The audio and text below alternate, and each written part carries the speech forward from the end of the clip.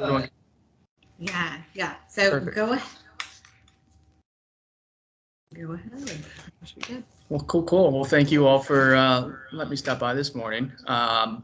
Just want to get a sense. Has anyone that's on this call or here in this room used Ribbon before, or are you guys still kind of looking to learn just kind of the general process of it?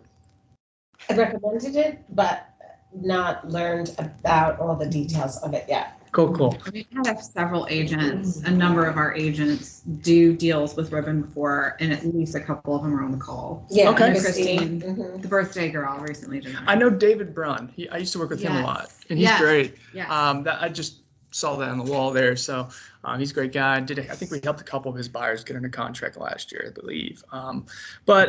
So my name is Mark Arnold. I'm with our business development team at Ribbon. I've been here since 2019. As I mentioned, I have worked with some agents, maybe out of this office. Dave Brown, obviously one of them, maybe a few others that I'm not thinking of off the top of my head.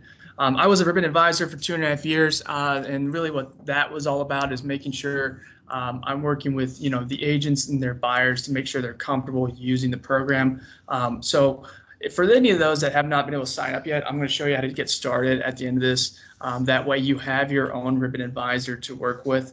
If you guys get signed up, you'll have someone that you can contact anytime, over the weekends, of course, as well, to make sure you guys get everything you need. Because everything I'm going to talk about, here in the next probably 20, 30 minutes, look, I don't want you guys to feel like you got to regurgitate it all to your clients. You have someone to support you in the process with this program.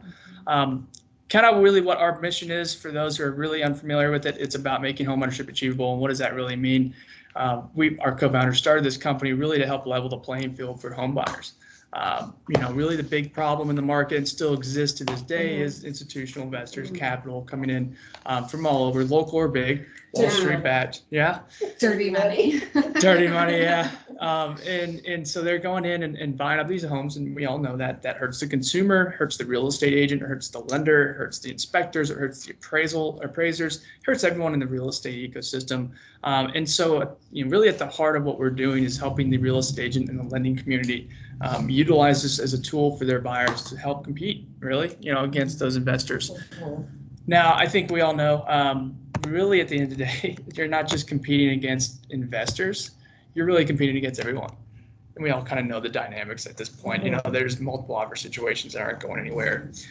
So you get people migrating from places like New York, California. Maybe they've got deep pockets to go in and put cash offers on $500,000 home. Where they were coming from, they probably were buying $1 million, $2 million homes, and that's the norm. So there's buyers putting in cash offers, there's investors putting in cash offers. So how do you really stand out? Hopefully you can bring Ribbon in play sooner than later, but I would say oftentimes buyers come to us, they've already been losing out on offers. All right.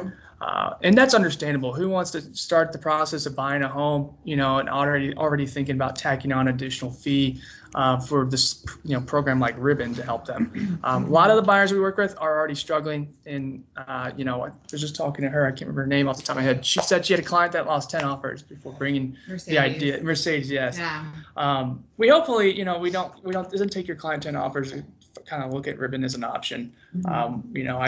I would always, think about like this. If it's going to take 1 in 10, 15, 20 homes to get your client under contract, well, Ribbon hopefully can do it much, much sooner. I've seen buyers come to us that have been, buyer fatigue, tail between their legs. They've lost out. They don't even want to really put in an offer anymore on another home. And then they bring it off. They come to us and they get their first offer accepted. Now that's a great story, right? I can't guarantee that's always going to happen, but the idea is we want this program to be that tool to hopefully get your client into a new home sooner. And how does that benefit you guys? Well, you get your commission sooner. You get you're going to obviously get, your client into home, and then you can move on to your next one. So really what that's all about is just empowering your client with a cash offer. Every offer that goes out is going to be marked as a cash offer. Great. All right. On the South Carolina contract. By default, that's going to be, remove all those contingencies that come in the process, financing, appraisal, home sale. And then how do we compete against other cash offers then? Obviously there's a lot of terms you still you're in control with as an agent and a buyer when using your program, but Our guaranteed close, I think, is what's really selling a lot of sellers on our program right now and has been for some time. What that means is after inspection period, we do have that one contingency, and I'll go into details on that. After the inspection, we are on the hook to buy that house. So even if we can't fund, or your client can't fund the purchase on their own for some reason, we will step in and close on the house. Are any questions around that? So do you rent it back to them? I mean, they can't close for whatever financial reason. And you're still buying the house. Is it ending up in their hands at some point? Great question. Yep. And so we will step in, fund, and we'll become the sole owners of that house. And from there, the buyer does have up to 6 months to buy that home back from us for the same price. Okay. Now, I'll give you kind of a classic story of why we would step in that scenario. March 2020 last year, or not last year, it seems like last year, but March 2020, I was helping a couple buyers. They were about to buy a $650,000 house here in Charlotte. This was about 2 weeks after the inspection or due diligence. This is in North Carolina, obviously. About 2 weeks after due diligence, they both lost their jobs. Not at the same time, or about within a week period. I mean, it was just So insane. sad, yeah. Wife got furloughed or laid off. She was a teacher, and then the husband was asked to either move to another state or just take, a compensation package. And obviously, he took the compensation package. But they had to terminate from that transaction. What would have that meant for you all if you're representing that buyer, or even on the listing side, if you didn't have Ribbon involved? Well, you'd have to obviously go back on market as a seller, find another buyer, spend more time doing that. And then, of course, you're losing your commissions on the buying side. So what we did, we stepped in, we purchased that house, that $650,000 house without a buyer. And that's not a fun day, but that's really the power of our guarantee. We know it's kind of a buzzword, but really it's truly what we stand behind for every offer that goes out. And so we're not just providing cash to buyers, we're providing certainty for the entire real estate transaction itself. And this, like I said, enables you to hopefully close more deals in such scenarios. We've had people go out. Here's another example. People have gone out about a week before closing and opened another credit card to go buy furniture for their new home. Yep. Happens. And now we've got to delay closing, and that's where Ribbon can literally step in, sharpen their pencils, and purchase that house. So that buyer now has to work with their lender to get to the good spot they were originally. And this is where we hopefully can educate all buyers that way. But sometimes first-time buyers, especially, they're excited and they might just think, oh, I'm just going to go buy some furniture for my new home. I've seen that happen before. So buyers we work with, first-time move up, buyers, empty nesters moving down to a smaller home. If they have a pre-approval, they can work with us. I'm not going to spend much time on this slide. We obviously help a lot of people moving across town and also across state lines. So we are in 12 markets right now. So really South Carolina, North Carolina, obviously going to be the ones you're thinking of. But every once in a while, we do get people who are like, hey, I got a client that's moving up from Florida or vice versa. Can you help with those kind of buyers? If I introduce you to them, then absolutely. We are open in markets like Florida and Georgia as well, and Virginia. Don't feel like I gotta write this down. I'm gonna send this to you after the meeting, but it helps me to remember it. If I don't take a note, it never gets in my brain. That's true. You do you then. I'm not gonna critique you on your notes, but I will say for those on the call, I will send this around so you guys have this. But ultimately, we have a pretty open buy box. We go up to 1 million. What we probably usually talk about what we can't do, and that's what you see here: foreclosures, mobile homes, manufactured homes, short sales, anything bank owned. It's gonna be a hard stop. And then acreage, anything more than 4 acres is going to be also a hard stop. So if you're ever unsure if we can do a property or something like that, either just drop in the address into your agent dashboard or just call your Ribbon advisor to help, kind of clarify some questions. 1960, we will go back to 1960 in those kind of homes. We do want fully renovated, probably the only subjective part of our buy box. We have a valuation team that's going to review and vet based on pictures, if that home is going to be sufficient. Because ultimately, if we do buy a house and we have an occupied tenant, we don't want to do fixer-uppers or anything that's going to be, dilapidated. So what does this all cost for those that haven't used Ribbon, aren't as familiar? This is a 2% transaction fee that we get paid on the closing statement when the buyer funds or if we fund. So the reserve is when we fund. The boost is your client funding with their own lender. About 75% of our deals last year alone were buyers using us for the boost. Now, what does that mean? Really, we're just kind of the insurance to the process. Think of us in that scenario like the rich uncle in the background, hey, we'll step in, we'll buy your new home if you need us to. That couple that was going to buy that $650,000 house in Charlotte I mentioned, they were going to use us for the boost. They had all intentions and they were pre-approved and they were good standing with their lending and financing options at the time. But of course, if something happens, then we can switch to reserve and buy the house for 2%. The 2%, where does it come from? We don't ask buyers to swipe a credit card or pay an invoice or anything like that. Really, it's being paid it's built into the contract when you, the agent, write the offer initially. All of our offers are submitted on our website. We do this for a reason because we have a few documents that we submit with the contract, but that's where the 2% fee can be built into earnest money, or you can even ask seller closing costs. Now, this is a hard market to get anything from sellers, but we see enough volume. Just last month, we had probably close to 960 buyers get their offers accepted. So we see a lot of volume in that sense to know we still see seller closing costs. So if you think it can work, okay, great. I think once the market becomes more balanced again, we will see seller closing costs contributing to the fee. Because in 2019, when I first started here, almost every seller paid our fee initially for the buyer from seller closing costs, which is, hopefully we can get back to at some point. Going forward, this is how you get started. I'm going to show you again for anyone that hasn't signed up. Buying power is the first thing that we would do to qualify your client. So really what that is you're just uploading the buyer's pre-approval from their own lender. We will email the lender and then CC you. We won't reach out to your client at this point until you give us permission to. But that buying power can be set within, a day, if not sooner, depending on how fast the lender responds to our email. From there, the next piece, I think the most important piece is really getting that valuation done. So if you think you have a client that's going to go see a home, you can get all this started without even reaching out to them and telling about it. And I think that's good to be proactive, especially as busy as things are right now.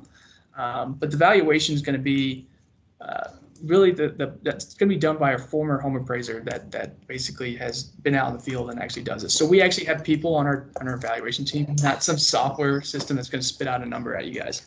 And they're going to give you two values, one ribbon value, one ribbon max value. So the ribbon value is where we think the home's likely to appraise at based on close comps.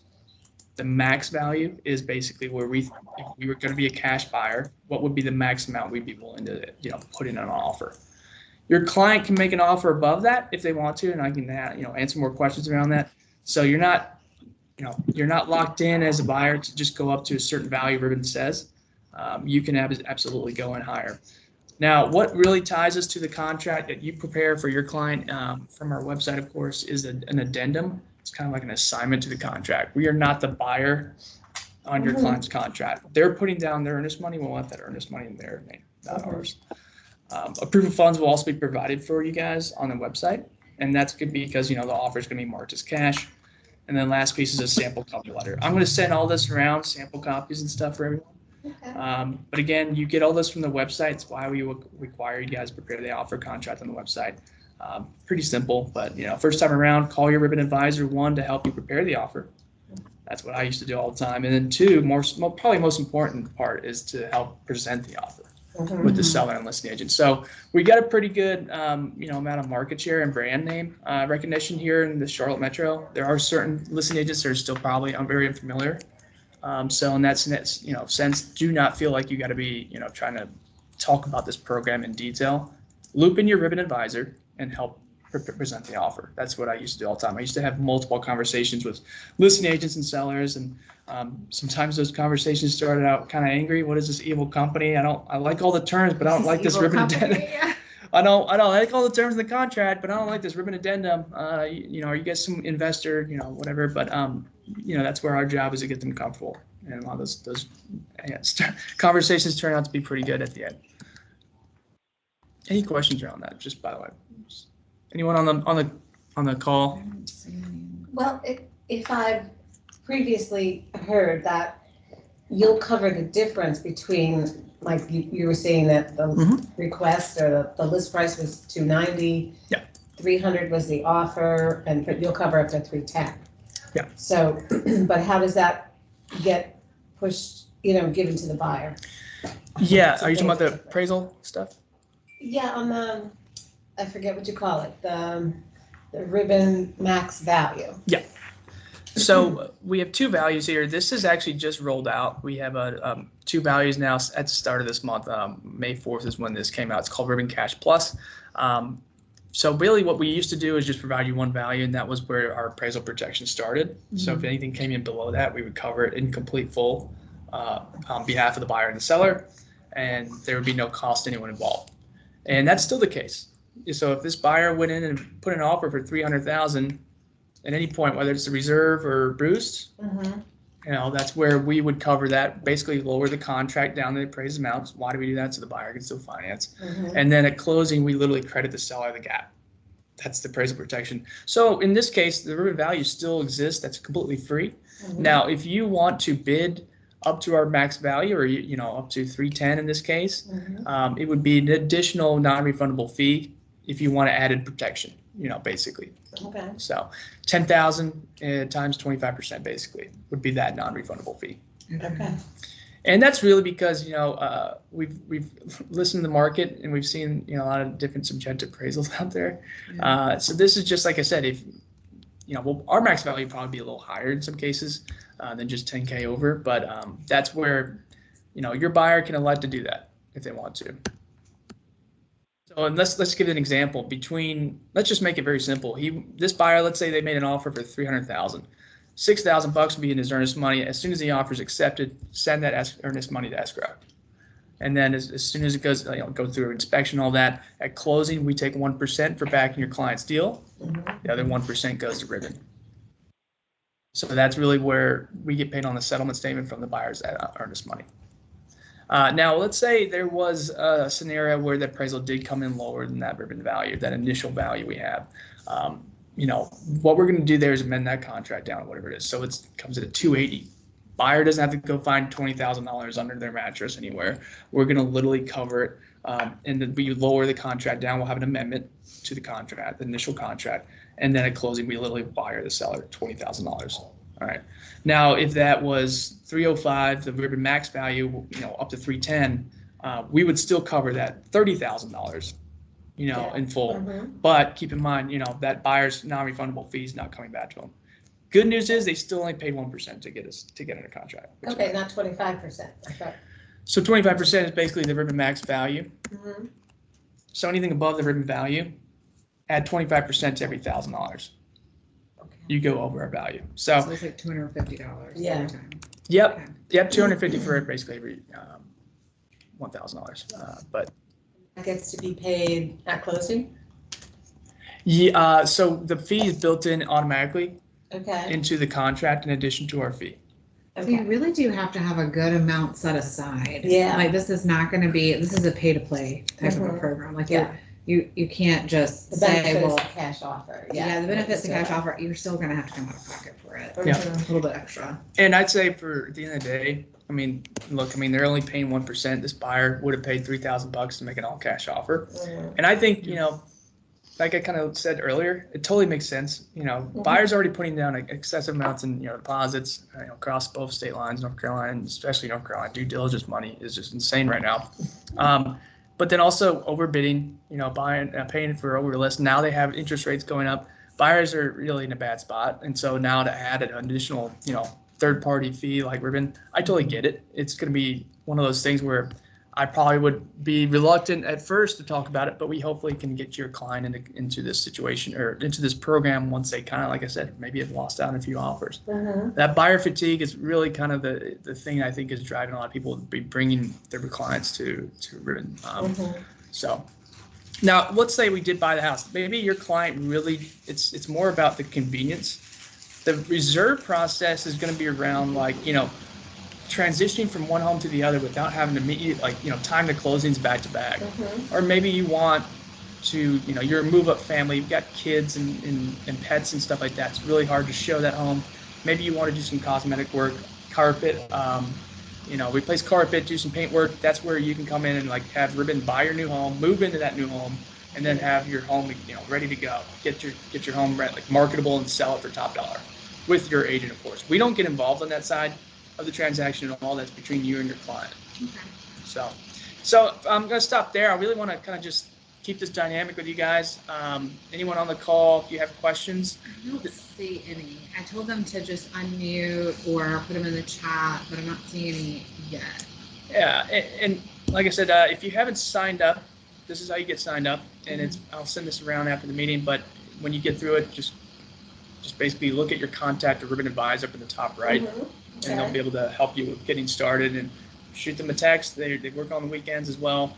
If they're away for vacay or something like that, then there's going to be someone on our account management team that will help you in lieu of like someone being out. But you're going to have one point of contact to help you through the process, and I think that's important for you guys. You want to, if you're standing in front of your client and you have this option, that's where you can call them up. And I used to be on speed dial, still am in some cases.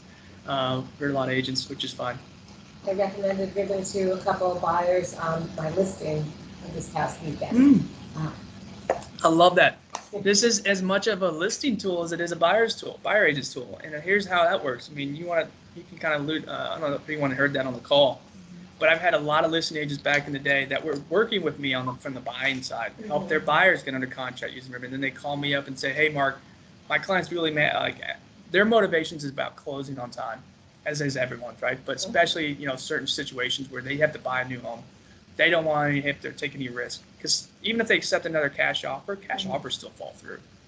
And that's where our guarantee close, that's big for a lot of sellers in their mind. We may not always be the highest offer on listings, for a listing, but we will be the best offer because of that. And so think about it like that from the listing tool. Maybe, if your client's really wanting more peace of mind and assurances throughout the transaction, you can always introduce a buyer agent to your rep, and we'll be happy to have that conversation. But great point. Love that. So if they're a first-time home buyer, can they borrow that piece? I'm sorry? If they're a first-time home buyer, and their money might be short, can they borrow your fee from family? Yeah, ultimately, I mean, when if they have any like funds they're getting from family or friends, that should be an issue, as long as it's when they write that earnest money check, the check would have to be in the buyer's name, of course. Okay, yeah, and that just needs to get approved by the lender. Oh yeah. Any gifts should be approved by the Yeah, lender. exactly. I was going to say that's very, very good point. Usually, gifts within like 90 days of going, I think, under contract or something, you have to publish that or provide that to go through underwriting. So that's true. Very good point. I haven't. Oh yeah. Yeah, you probably have an account from back in the day when they first, a year ago when this first came on the scene. Yeah. One point to mention there, if we feel a buyer is going to be cash strapped to use this program, specifically a first time buyer doesn't have quite the 2% deposit or something like that, we want to work with buyers that aren't going to feel uncomfortable using this program. That's the last thing we want. I've even pushed some buyers away to say, hey, I don't think this is the right time for you to use this program. We don't want this to be a place where we're trying to push ribbon on your clients. It should be something they feel is necessary, that they have to use this to get into a home. But also just the peace of mind transition period of buying one home from the other, or selling a home and buying the next one. So if you think a client's going to be trying to scrape it together, 2% in their deposits, that's something we would probably say we don't want that to be an issue. Yeah. So it's going to be this is going to be a hard thing for most first-time home buyers. Interest rates are going up, their buying power is going down, and typically first-time home buyers don't have a lot of extra cash. If they're getting it from another source, that's great. It just needs to be disclosed from the beginning. Yeah, that's a really good point. I think, because of our business model has gone from really working with move-up buyers to really working with a lot more first-time buyers. I mean, we've had close to 760 FHA borrowers get their offers accepted this year alone, across all of our markets, of course, not just Charlotte. And, first-time buyers are predominantly the biggest users of our program. Now, I think it's changes this quarter now that, we've seen the interest rates go up, ballooned really just this year. Especially just in the past 90 days, I think it's really changed. So I think it's still going to be one of those things buyers are still going to be looking at us to use this. But yeah, if there's a buyer that you think is going to be challenged with this, then we would want to make sure that this isn't going to be something we're going to hurt them on that. So, but 2% plus a rental if we're buying the house, 1% at the end of the day to make an all cash offer. I think that's the kind of deal we want you guys to feel confident, talking about with your clients. Well, 1% of the purchase price, you can make an all cash offer and get your dream home. Who has a buyer right now they're working with? Here does. April. I do, and I might bring one today. Good. I can show you really quickly. Not really quickly. Let me just do this. You guys still see my screen? Is it? Yeah, oh yeah. Yeah, you're up there. Oh, so that's not right. I'm just going to show you guys this. Sorry. All right. How do you end slideshow here? Okay.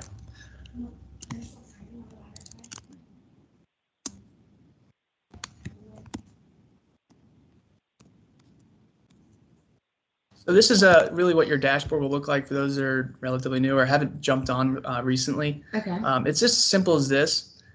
This is where you contact your advisor. Now it's going to be Jeffrey Rogers if you signed up today. If you've already signed up, work with whoever you're working with still. Okay. Go to buying, and at buyer. Now what I will say here, first time, last name, buyer, email, phone number. This is where, we will require this. A lot of buyers or agents may be reluctant to put this information in. We do not touch base with your client until you give us permission to. Oh, good. Good to know. And so when you go in here, let's go to Tiger Woods here. My God, Tiger. And so, Boo. so as you see here, this is as simple as just uploading the pre-approval. I do. I care about him. I don't like him. Excuse me. You're just fine. Upload pre-approval. That's just, from the lender, of course. The lender can also do this if they've already got a lender dashboard set up. Buyer can also do this, whatever makes sense. Now, if they have a home sale contingency, this is where we will ask a few more questions, just basically because we want to know, what's the timeline going to be on selling the house. Again, we do not get involved with that at all. Okay, cool. Let's just refresh this real quick then.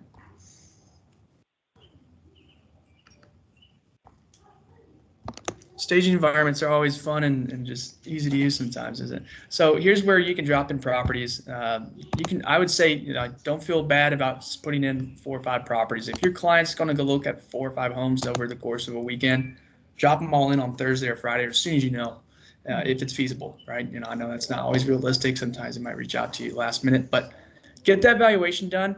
This is all free. This gives you an idea. And of course, if our valuation isn't quite where you want it to be, you can reach out to your ribbon advisor and submit your own comps. We will always take that in consideration. You guys are the local market experts at the end of the day, so we want to listen to what kind of substantiation you have for updating our value. We have seen that happen before, but ultimately, I think our values are coming in pretty reasonable. I mean, like I said, we pull our own CMAs and everything, and then from there, once you guys are ready to make an offer, this is kind of the process, and I'll show you just where everything kind of lives in the website. Again, just reach out to us if you have questions around this. But this is the entire contract. This would obviously be North Carolina. It would be South Carolina, of course, if you guys are doing a South Carolina purchase. Everything you see here is being pulled in from the MLS. This is a nice software. Hopefully should save you a lot of time.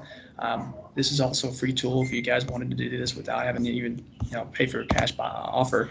But down at the very bottom, this is where we're going to automatically attach the ribbon addendum and proof of funds. I've got a quick question. So I know Yep. you pulled up the North Carolina form. Yep. Can agents toggle between North and South Carolina? Because I've had agents call me naturally when I can't help them. So we do equal parts in North and South Carolina. Yeah. So it shouldn't matter at the end of the day. Are you talking about on the contract? Mm-hmm. So as you're toggling here. So you're licensed in both states, obviously. Almost all of my agents are. Yeah, that so makes they'll sense. do in both. And that's pretty common. So what you would do here is, so this would be the agent, you would be the buyer agent, right? So this would be where you could put in your North Carolina license number. Yeah.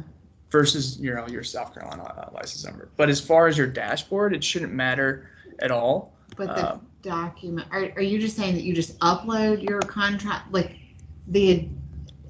you saying that there is a contract built in there, or are you saying that we upload a contract? The contract be automatically built in Okay, so for then the state. if the contract is built in, that's great.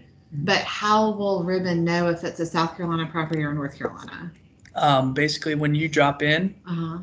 property address, Okay. it's going to automatically assign it to the correct contract. Okay. So if you put I've in, had agents like not be able to switch. Like Oh, really? like the system thinks that they are North Carolina only, but really they have. And so I've gone back to the agent and said, well, does your profile have a South Carolina license Mhm. number? Like, does Ribbon know that you are licensed in the other state?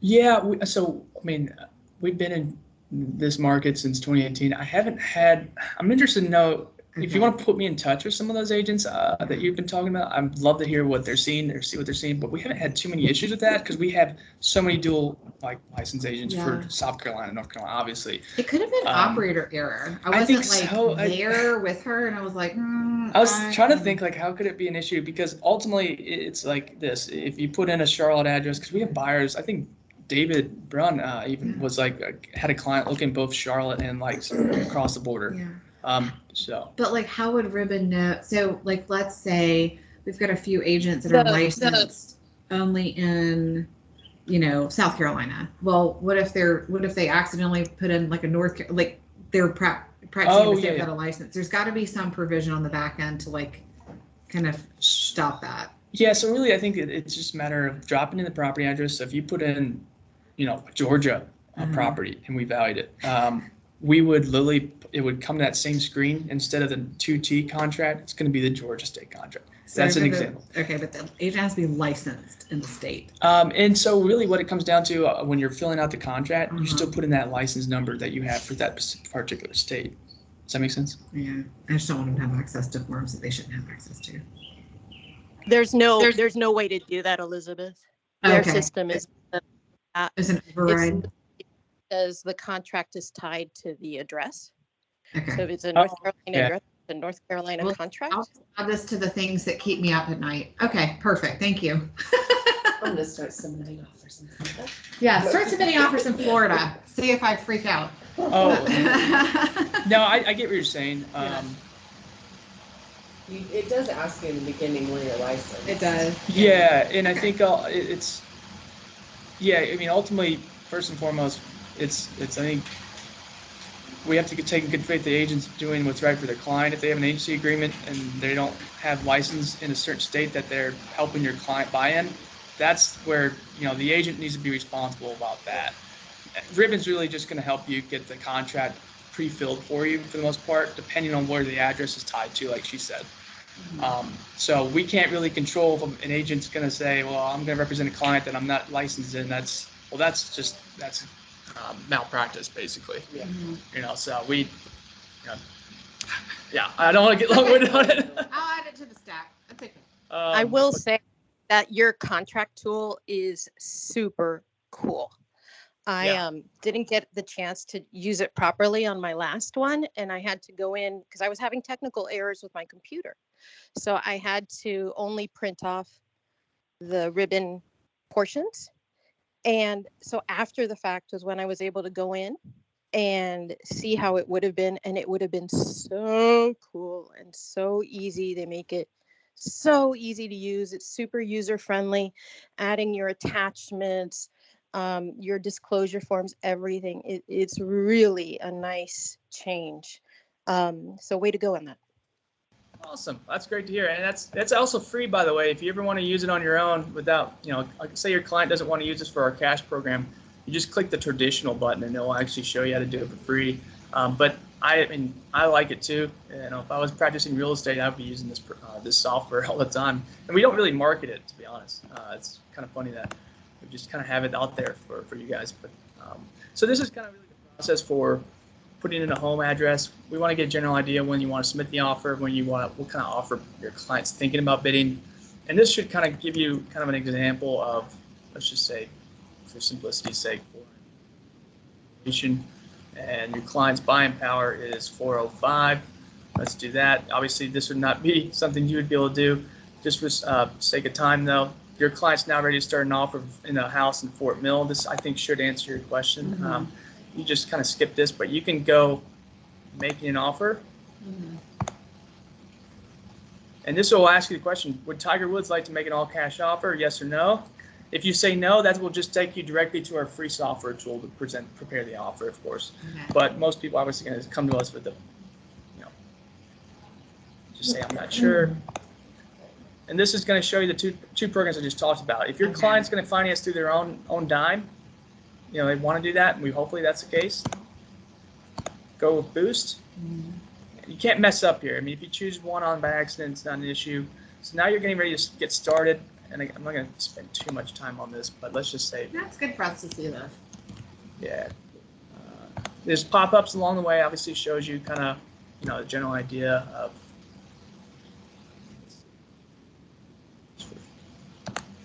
To this. This is where it's going to talk about the fee. All right. Fee is $8,000, $400,000 times 2%, obviously. And this is where you can ask for accelerated closing costs. I can keep that zero. There's the earnest money amount. You can put in whatever escrow agent you want there. XYZ escrow. You want to hold it at the brokerage, that's fine as well. No, we don't. We don't do that. We don't do that. Not anymore. So due diligence period, this is obviously coming into effect in June. So that's why we do have to have at least 7 days just to have enough time once binding to get an inspector out and review that inspection report in conjunction with your client.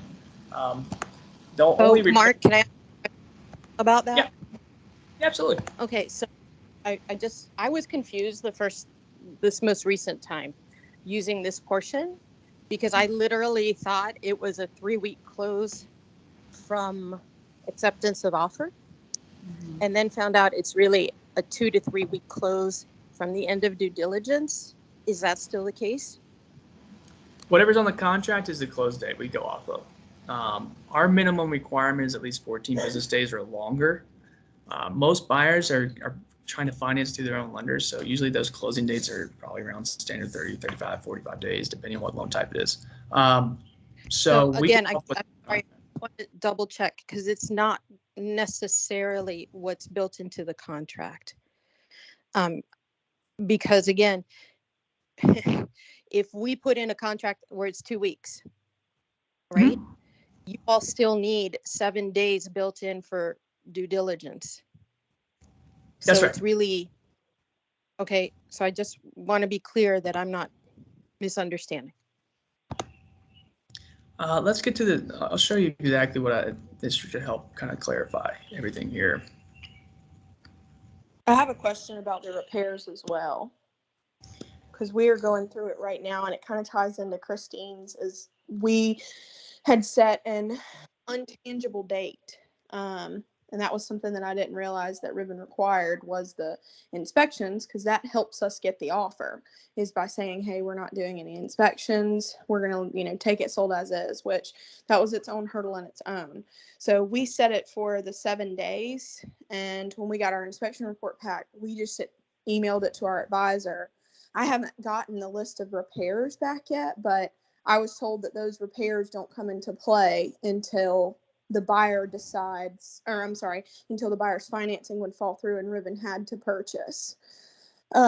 Is that still the case? And will that still be the case come June 13th when we just have due diligence and not a repair request procedure? Yeah, so I want to get back to her, can't remember her name. Sorry. Christine. Christine, sorry. Just to show you the dates on the contract. So, if you have an inspection period or, June 13th due diligence period, that would need to be at least a minimum of 7 days or longer from binding. All right. And then from closing date, as far as the closing date goes, this is where, we're going off that June 16th number in this case, or a month out from, once we're binding. Hopefully that clarifies, whatever you put on the contract is really what we're going to go off of. Now, as far as our timeline goes, if you want us to buy the house and do a quick close, we can do that. And that would be 14 business days. And that's keep in mind that's including the 7-day minimum. So, it's not 14 business days plus 7, if that makes sense. Now, as far as the repairs go, yes. If we have a buyer that's using this for the boost option, the boost option is really always going to be just looking over just for the sake of making sure if we do have to fund, then we have a safe and secure home. But, a buyer financing with their own lender, which is exactly what we want every buyer to try to, be able to do, unless they really want us to buy their new home for them. Those repairs do not come into play. We just have to have an agreement before the end of inspection. So once you get that inspection report reviewed, you're going to get a copy of just a list of general items from that report from our inspection team. It says, okay, here's what we'll need if your buyer asks us to buy the house. If Ribbon is asked to purchase a house, then the buyer is, responsible for putting smoke detectors, carbon dioxide, whatever it may be. You can still always ask the seller, if you want to. Obviously, that's challenging if some sellers aren't willing to make any repairs. So most buyers are probably agreeing to those repairs anyway. And it's really just a peace of mind for us as well. Like if we're going to guarantee closing, we got to make sure we have something in writing there, contractually that the buyer is going to be making any repairs if we have to step in and purchase the house. And again, yeah, go ahead. And that's fine for this contract. So my next question is, and this is something that we've been wondering since we found out our contract was changing, how is Ribbon going to handle it with due diligence? Because I know that Ribbon's addendum, obviously adds to our contract, but per a South Carolina contract with that due diligence, if we don't ask for repairs or anything, let's say I have one that's set for 30 days and I do a 7-day and my folks are fine with it, and I'm going to just use this one as an example. Like I've got a nurse who just graduated as an RN. Okay. Her financing was solid. She got denied 3 days before because underwriting said, hey, we can't have a promotion letter. We need an offer letter. That was why her financing got denied. And she already worked for the hospital, so they couldn't give her a new letter like she didn't work there. She already works there. Yeah, so silly reason that nobody could have guessed at all. Like nobody would have ever guessed that would be her financing fell through, but it did. So at that point, Ribbon would purchase the house for her. But if Ribbon comes back wanting to make repairs, that buyer's already under contract. You know what I mean? Like as far as due diligence is concerned, the seller has no legal right to ask for repairs. How is Ribbon planning on handling that? Or have they thought about it? Or are they just feeling like, since it's Ribbon, you guys will have to change the contract? Or is that what the seller is? Am I misunderstanding? And that's what the seller is agreeing to, is that, and I guess that's an Elizabeth question too, is that what is that what our sellers would be agreeing to when they accept a buyer who's in that same position, is, hey, this trumps due diligence in our South Carolina contract? So anytime we have a buyer that gets under contract, that inspection period across all of our markets is required, because really during that inspection time frame, from binding to whatever the end date is for inspection, we have to have an agreement before we get past that inspection end date that if there's any repairs required for us to purchase a home for someone, that one or both parties shared the repairs. In this case, here's an example of what you're going to get. We're going to send you 3 different options. Your client is going to initial one of these 3 before we get past inspection or past the end of due diligence, which will agree to making any repairs if, say, something happens like your client's situation. The most common one people are choosing is unfunded deal. Buyer will complete all Ribbon required repairs if Ribbon has to provide funds at closing. So this would be probably the most likely scenario that nurse that you mentioned would have selected, given that she knew she was going to try to fund on her own dime. Unfortunately, through underwriting, they said, oh, no, I can't use your promotional letter. Instead, I need something else. Then we would have those repairs come into play. And if she agreed to make those repairs, then that would be how it would be taken care of at that point. Okay. The buyer is paying for the repairs. If they want to. Now you can, like it says here, buyer and seller can negotiate and complete any required repairs if we're buying the house. So it's up to you. If these repairs are smoke detectors, carbon dioxide, you can make them repaired. If there's something wrong with like the plumbing, being a little too hot, that should be costly or anything like that. So the buyers need, because in this market, asking a seller to make a repair is uncommon. It's not. Yeah, it's not. It's uncommon, but it's happening more and more. So I've seen on the contracts that have come in. But so Ribbon would require like the buyer to go in and replace the smoke detector if they agree to it. I mean, that's up to you how you guys want to make these repairs and address them. Okay. Yeah. So we're gonna send you a list before you even check this off. Okay. You're gonna obviously, discuss this with your buyer. What are you comfortable with? And if your buyer is uncomfortable with making repairs, then, they can move forward with the transaction on their own, and we just won't move forward. If they're really uncomfortable paying making these repairs, we do give you guys that option, but, it doesn't happen that often. Most of the time, these repairs are going to be safety structural in nature. So if there's something wrong with the house, HVAC's not cooling down the house, and it's as hot as it's getting out right now. Guess what? We're going to have that looked at if we're going to be purchasing the house. We have little kids running around houses that we own.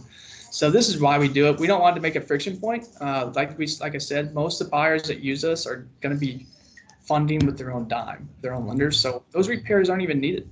It's really just an agreement. But they would come into play only if we're being asked to fund the house. I hope that answers your question. I'm sorry. I have a question. If you're under contract and you see that you might be running into a problem and they want to go to your program, you need 14 business days? How many days do you need? They're already under contract, Ribbon. So we say 14 days as much as possible if we're getting to closing. But, I will say this. Sometimes it is the 11th hour, and we're now finding out the buyer is not going to be able to fund by closing, say tomorrow at noon, right? We are not going to be able to turn the light switch on and just fund the next day, especially if there's outstanding repairs we still need done. In that case, we often will just extend closing out. I can't remember if South Carolina has an automatic extension. North Carolina has 7. Oh, really? No. So North Carolina used to have 14. Now it's down to 7. Probably similar to like South Carolina, where they're going to do away with it altogether. But North Carolina specifically, automatic 7-day extension. If another state like South Carolina doesn't have it, just have the buyer and seller agree to extend closing out. Sometimes sellers may not want to do that, but ultimately, what's their alternative? Go back on market, find another buyer, spend more time, going through another transaction period, or just extend 7 days out and then we can close. So that way we can get all the documents and everything into Ribbons LLC. Okay, thank you. So we can do that. We say 14 days. We obviously understand that's not realistic sometimes because things come up. But we can step in and close. We just will have to extend closing out, and that's just really just an amendment to the contract. Okay, thank you.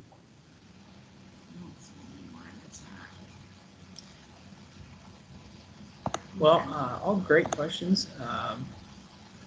If there's anything else, happy to stick around. What are the main changes? So for our agents who have been around for a little while, what are the main changes that just happened? I know there were some threshold changes. Could you talk through those? Yeah, it's really the Ribbon Cash Plus that just launched. It says launching May 4th, but launch May 4th. And that's that pay now function or pay later. So another thing to think about, if your client is not willing to put an additional non-refundable fee. Let's say 2% is as much as they want to put in their earnest money. Okay. And they're like, well, if I want an additional appraisal protection, I don't want to have to add an additional 25% for every $1,000 I go above Ribbon's value. So I'm going to elect to pay later and not have to bring those funds automatically to escrow. And that's our pay later function. You can defer that payment if there is an appraisal gap. Okay. Only if there's an appraisal gap. So it's not like you have to come out of pocket for an added protection. It's there if, it does happen and they want to just have that peace of mind that, hey, okay, I'm going to defer this. And, whenever I cash out, sell my home later down the road, I'll pay Ribbon back. Down the road? Yeah. So after buyer closes and there's like a $20,000 appraisal gap, we'll initially cover it. And then when they sell their house and it appreciates, whatever percent, they just give us back that gap, $20,000 that we initially covered. Oh, on their sale. On the sale of their new home. Yeah, like this is future, like. Oh. Yeah, so it's if you want to really play around with this. What's the cost of that? So here's where I want to go into details on. Yeah. So it's like the equity in their house, they can use that money. Yep. Yeah, some of the equity they get from, only if the home appreciates, of course. We're not going to take any money if their home doesn't appreciate. Sure. But I'll give you an example. This is where I'll send you guys I want to put this in the chat so everyone can see this. Because what if they decide to sell it and it becomes a short sale in a couple of years or something? Like we won't chase it down then. We'll just take the hit. So we ultimately will only take our basically if there is a sale We get back our gap, whatever we initially paid, Yeah. and then additional percentage of whatever the home appreciates. But we're not going to, we cap it at a certain point, so we're not gouging buyers away from it. That's not what we're trying to do. Obviously, if a buyer sells a house in 10 years and we covered a $10,000 appraisal gap today, $10,000 today is a little bit different in 10 years from now, so we'll add additional 25% to it. I know we're throwing out numbers. Let's just get right to it so we can show you exactly how you can play around with the numbers. Here's the pay later function. It goes into all this detail for you, so I don't want to have to make you guys feel like you got to do a bunch of math right now in your head. It's Monday morning. Let me put this in the chat. Take a look at this, everyone. I'm going to put this in there so you can kind of play around with it when everything's loading up today.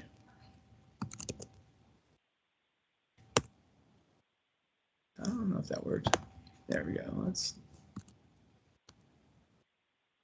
So I'm not going to go too long-winded on this, but if you want to kind of play around with the numbers on how this works, this is our pricing calculator. You can put in the offer price, maximum value, whatever it may be, bank appraisal, all this fun stuff. So you can actually go to your client and say, this is what it would be if you pay later. This would be what you'll pay if you want to do the non-refundable pay now function. And that's where you can select either options, and it will go through those process with you. So if you have certain scenarios or numbers in your head you want to play around with, I would just drop them in here. And that way you can kind of see. So our offer price was $310. Ribbon value is $300. $320 is our ribbon value. So what's pay now fee? $2,500. All right, $2,500 is a fee that they don't get back if they want additional appraisal protection over our value. Mm-hmm. If they make an offer for $300,000, they don't pay anything. So watch what happens if you put the offer price in at $300,000, $0. Okay. Anything above that ribbon value is what they have to come out of pocket for if they want additional appraisal protection. So let's say they wanted the full 320. It works today. $5,000 would be the most they'd have to come out of pocket if they want to go up to our ribbon value in that scenario. Okay. Like I said, I get it's Monday morning, we're doing much math, but this is the calculator I want you guys to reference so you guys can feel comfortable playing around with this. Are there any questions about the values here? This is what's really kind of the newest part of the program. Yeah, you said that just started in May? Yep, Yeah. May 4th. As a friend of mine already used it. Yeah. Yeah. Yeah, and so it's giving buyers more options to kind of think about. Absolutely. The appraisal protection is still completely free up to that ribbon value, though. Mm-hmm. And it's Ribbon's appraisal, not the bank appraisal. We're going to go off so we don't do an appraisal at all. Our valuations are going to be done by our valuation team. Uh-huh. And then if the bank appraisal comes in lower, okay, that's when we will, look at the appraisal protection. Okay. So you got an all cash offer, no financing, home sale contingencies, no appraisal contingencies, appraisal protection. So the seller knows they have that. They don't have to go back to the negotiating table. This is why we've seen a lot of success. I mean, we've had 2,500 buyers get their offers accepted in 2021. Just the first quarter, we had almost 1,500 buyers get their offers accepted. That's not to toot our own horn. It's really proof of concept. I mean, even with an inspection and all this stuff, again, I don't want people to feel like the inspection stuff is really an issue because most of the time buyers are using this for the boost. So those repairs don't even come into play. The boost. Yeah. That's really interesting. So the Ribbon Plus plan, paying back the appraisal gap at a future date when the seller sells their home. Mm-hmm. Based on the equity that we think that they have today. No, they don't have to play around the scenario. So look, appraisal gap would be, let's say $5,000 initially. Ribbon covered that $5,000 for your client to close on that house today. And then 5 years from now, they sell that house because they want to go buy another one. If their home appreciated, more than 10%, then we take some of that appreciation into factor because, obviously, like I said, there's an inflationary thing there. If our appraisal gap is $5,000, we covered it. $5,000 may not be $5,000 in 5 years. Mm-hmm. So if the buyer's home appreciated, then we will take a little bit of that. But it is capped. So the total prepayment is capped at 3 times the original appraisal amount. So it's not like if your client home's appreciated, 100%, we're not going to take, 25% of that. That's unrealistic. That's not obviously fair. But that's how we would kind of recoup some of the additional inflationary costs involved for, the pay later functionality. All right. So just because we don't want to pay $10,000, let's say that the appraisal gap is $10,000 today, Ribbon pays it, and the buyer elects to pay it at a future date, like this later thing. So, and really they'll owe Ribbon $12,500. Yeah. So it's okay. It's like a loan for 25%. Okay. All right. Interesting. And that's just one option. If your client doesn't want to pay that non-refundable fee, Mhm. you know, we want to give people options if they don't want to come out of Sure. pocket. So, like I said, non-refundable fee probably makes the most sense to wrap your head around. Uh-huh. When you start talking about the pay later, it's obviously you got to run a bunch of scenarios. Well, what happens if they sell in 30 years? What happens if they sell in 10 years? What if it doesn't appreciate? You know, and that's Yeah. where you can look at this. This page is going to be really helpful, kind of, I think, answering a lot of those questions. I would say, you know, last thing I'll say here, and we can, you know, kind of end it here, is Yeah. I want to make sure you guys realize that you don't have to talk about this in detail with your clients. Obviously, I know it makes sense. You want to have comfortability to talk about a program, to look resourceful in front of your clients. And if you don't feel confident talking to your clients about this, then get your client on the phone with our Ribbon advisor. And that's where a lot of buyers still call me today. I had a buyer call me last Tuesday, and you know, he's like, my agent told me to give you a call about this program. I just wanted to see if you had some time. I talked to him for 30 minutes. He's going to use this for the reserve program because he's got a family. He's got no way really showing the house yet. So he's going to pay 2% once he finds that home. And we'll sell it back to him as soon as he, you know, gets his financing secured, or once he sells his current home, actually. So. Yeah. Okay. What other kinds of questions might you guys have? See any more in the chat? Y'all are quiet this morning. I got everyone quiet when I started doing a bunch of math in their head. Well, Percentages. thankfully you just, move a decimal. That's quick math.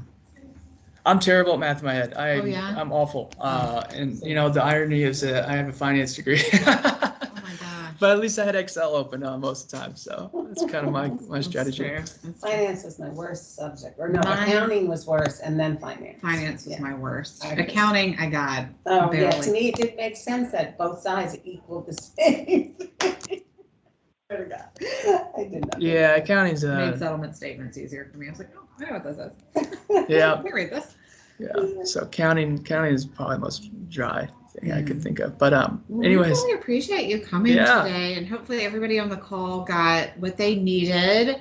And I'll go ahead and stop the recording, and I'll make it available for everybody. And